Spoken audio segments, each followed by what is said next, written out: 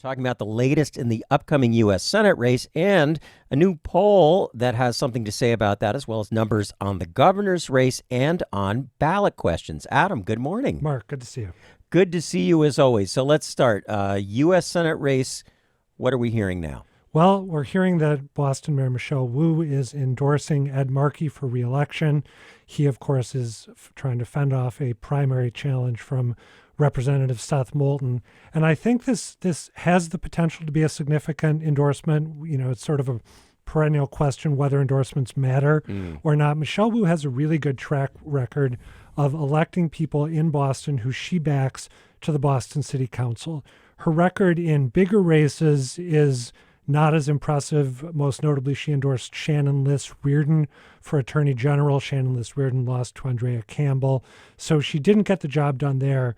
But I think that Wu is so powerful, such a potent political force, that if she decides she really wants to work to get the vote out in Boston on behalf of Ed Markey, on primary day in particular, that he could benefit from that. Now, there are a couple state Senate races that she may be getting involved in as well. And I think it's an open question whether she throws her energy in that direction or into backing Markey. It's one thing to endorse. It's another thing to actually work to get out the vote on Election Day.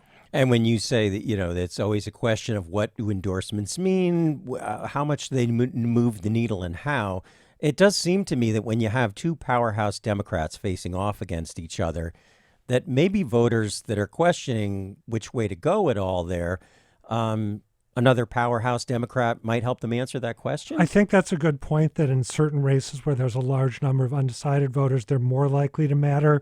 And as we will get to in just a moment, based on this new poll that's out from the University of New Hampshire, there's a fairly high number of undecided voters in the Markey-Moulton contest. So tell us more about that. Well, Markey leads this matchup, according to recent polling by the University of New Hampshire.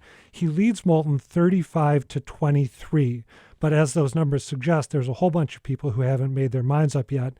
And interestingly, Moulton has a bigger lead over John Deaton, the Republican who's running for the Senate nomination on that party's side. Moulton leads him by 36 points. Markey leads him by 29 points. So they both got a nice cushion in a hypothetical matchup against Deaton. But it is interesting to see Markey ahead, but Moulton doing better against Deaton. So what do we think is going to make the difference there? And is this do those numbers tell us that it's really just about the Democrats then, with those big numbers between them at this point? I think those numbers are bracing numbers for John Deaton. Yeah, they don't give him a ton of reason for optimism. Now, this poll also had some interesting numbers about the governor's election. Maura Healey leads all Republicans by a similar margin. She tallies in the mid to upper 50s in hypothetical matchups against all of them. Against her, Mike Keneally trails by 27 points. Mike Minogue trails by 29 points, and Brian Shortsleeve trails by 30. So they're all sort of in a similar ballpark. Again, bracing results for the Republicans. No indication, not an indication that the race at this point is competitive. That could change, obviously, as the Republicans coalesce behind one candidate, but it looks pretty good for Maura Healey right now. Interestingly, she's doing really well in these hypothetical matchups, but her job approval rating is only about 51%. So people are more likely, I want to say this correctly, you look at her numbers in these hypothetical matchups, and she does better in terms of people who say they'd vote for her than she does in terms of people who say they approve of the job she's doing.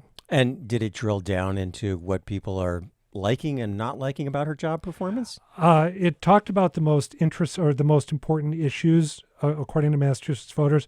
I don't believe it got into what you're suggesting about reasons for, reasons not for approval or disapproval. But as a rule, polls tend not to do that. That question usually stands on its own. You can kind of make inferences based on other answers people give. Like in this poll, people are really concerned about affordability and the cost of living. So you can sort of guess that maybe they don't think she's doing enough to address that. So it sounds like what you're saying is that, well, those numbers could be better. She might like them to be better, those approval numbers, but it's not hurting her in any hypothetical matchups. It doesn't seem to be hurting her in hypothetical matchups. Now, I also got to mention ballot questions. Please. Because the poll got into those. There are 3 ballot questions that are faring extremely well right now. Same-day voter registration is backed by 62% of respondents in this poll. cutting the income tax from 5% to 4%, which would be pretty seismic in terms of the state budget, is backed by 58% of voters.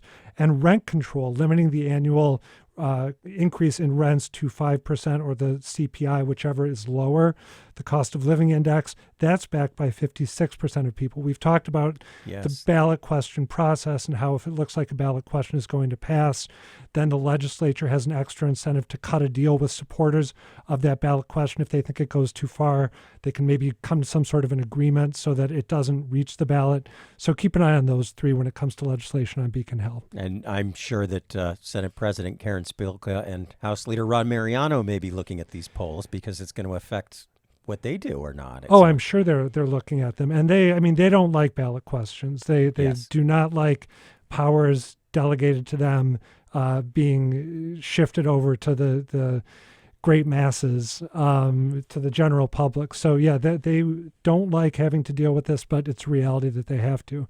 That's the system that we work in. And just to remind people, as you outlined, a highly successful ballot question means they may have to let an unelected person come sit with them at the, in the back room, in the smoky back room, so to speak, at the power table there to talk about these things. Yeah, I don't think they allow cigars anymore in the State House, at least as a rule.